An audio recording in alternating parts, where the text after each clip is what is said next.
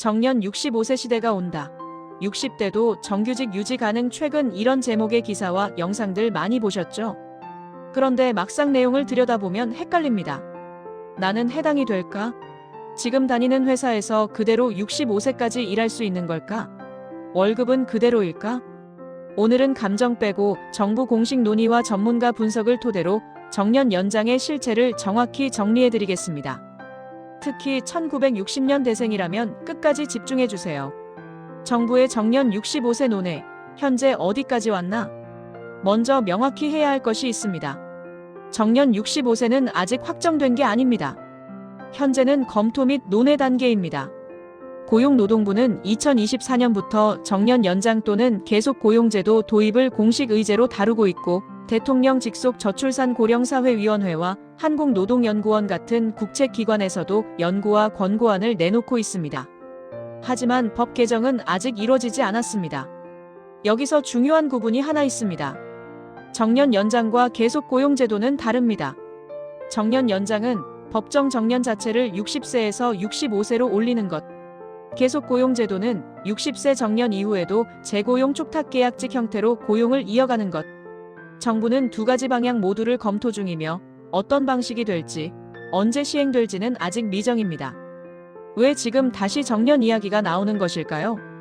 이유는 명확합니다. 알기 쉽게 숫자로 보겠습니다.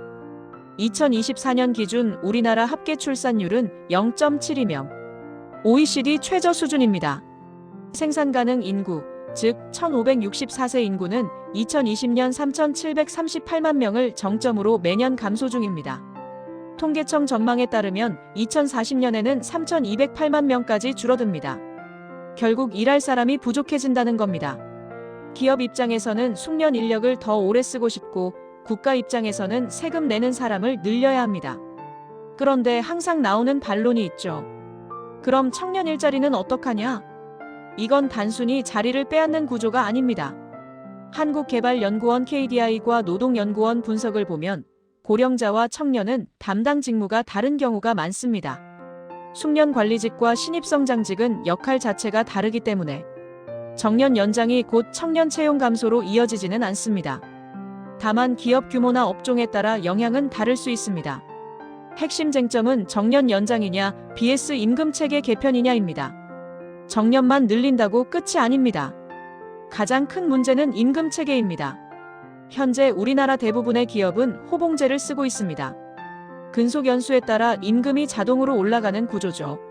정년만 65세로 늘리면 기업 입장에서는 인건비 부담이 급증합니다. 특히 대기업과 공공기관일수록 부담이 큽니다. 그래서 전문가들이 공통으로 지적하는 게 임금체계 개편입니다. 주요 대안은 세 가지입니다. 일직 무급 맡은 일에 따라 급여 결정. 2역할급 직급이 아닌 담당 역할로 평가. 삼성과급 호남 모델 기본급은 낮추고 성과에 따라 차등 지급. 이 경우 핵심은 오래 다닌다고 같은 월급을 받는 구조는 유지되기 어렵다는 겁니다. 60세 이후에도 일할 수 있지만 역할이 바뀌거나 근무 형태가 달라질 가능성이 높습니다. 풀타임에서 파트타임으로, 정규직에서 계약직으로, 관리직에서 전문자문직으로 전환되는 경우가 많을 겁니다. 그렇다면 누구에게 유리하고 누구에게는 그렇지 않을까요? 실제로 우리에게 미치는 영향에 대해 알아보겠습니다. 혜택 가능성이 높은 사람. 대기업 또는 공공기관 정규직, 사무관리 전문직, 특정 분야 숙련 기술 보유자. 역할 전환에 유연한 사람입니다. 영향이 제한적인 사람. 중소기업 근무자, 기업 여력 부족, 이미 비정규직인 경우, 정년 개념이 없는 자영업자입니다. 오히려 불리해질 수 있는 사람. 임금 삭감 없이 현 상태 유지를 원하는 경우, 체력 중심 현장직 건설, 제조 일부, 회사에서 역할 재배치가 어려운 직무입니다. 결국 회사 규모, 고용 형태, 직무 특성, 개인의 전문성이 모두 영향을 미칩니다. 일률적으로 적용되는 게 아닙니다. 정년 연장과 관련하여 우리에게 반드시 조심해야 할 착각 세 가지가 있습니다. 착각 정년 늘어나면 지금 회사에서 그대로 65세까지 간다. 아닙니다. 재계약, 직무 전환, 임금 조정이 동반될 가능성이 큽니다. 착각 임금도 그대로 유지된다. 대부분의 경우 임금 조정이 불가피합니다. 호봉제는 유지되기 어렵습니다. 착각 모든 업종에 동일 적용된다. 기업 규모와 업종에 따라 적용 시기와 방식이 다를 겁니다. 특히 중소기업은 늦거나 제한적일 수 있습니다. 그럼에도 불구하고 이 제도를 기회로 만들 수 있는 사람은 누구일까요? 바로 이런 분들은 기회로 만들 수 있습니다. 첫 번째, 회사 안에서 역할 전환이 가능한 사람입니다. 예를 들어 관리직에서 자문직, 현장직에서 교육 멘토링직으로 전환 가능한 경우. 두 번째, 숙련과 경험 기반 업무가 가능한 사람입니다. 단순 반복이 아니라 노하우와 판단이 중요한 일. 세 번째, 파트타임, 프로젝트 단위, 전문 자문 형태로도 일할 수 있는 사람입니다. 근무 형태의 유연성을 받아들일 수 있다면 오히려 선택지가 넓어집니다.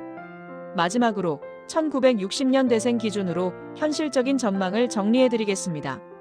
이건 확정이 아니라 현재 논의 중인 제도가 도입된다는 가정하에 전문가들과 연구기관의 다수 의견을 종합한 가능성 높은 시나리오입니다.